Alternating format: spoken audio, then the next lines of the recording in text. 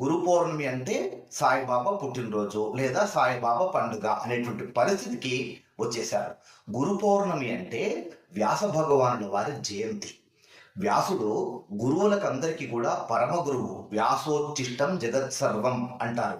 ఈ జగత్తుకంతా కూడా వ్యాసుడు పెట్టినటువంటి భిక్ష కనుక వ్యాసుని పుట్టినరోజును సందర్భంగా మిగతా గురువులందరినీ కూడా ఆ రోజున మనము పూజించుకుంటాం. నేటి కాలంలో గురు పౌర్ణమి అంటే అది కేవలం సాయిబాబాకు సంబంధించినటువంటి పండుగగా చేసేశారు. దయచేసి ఇలా చేయకండి.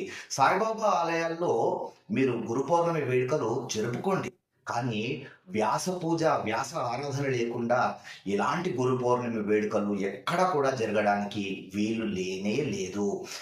శ్రీరామనవమి రోజున రాముడు లేకుండా రామ కళ్యాణం చేసినట్టుగా, టీచర్స్ డే ఉపాధ్యాయ దినోత్సవం రోజున సర్వేపల్లి రాధాకృష్ణన్ గారి ఫోటో లేకుండా ఉపాధ్యాయ దినోత్సవం జరుపుకున్నట్టు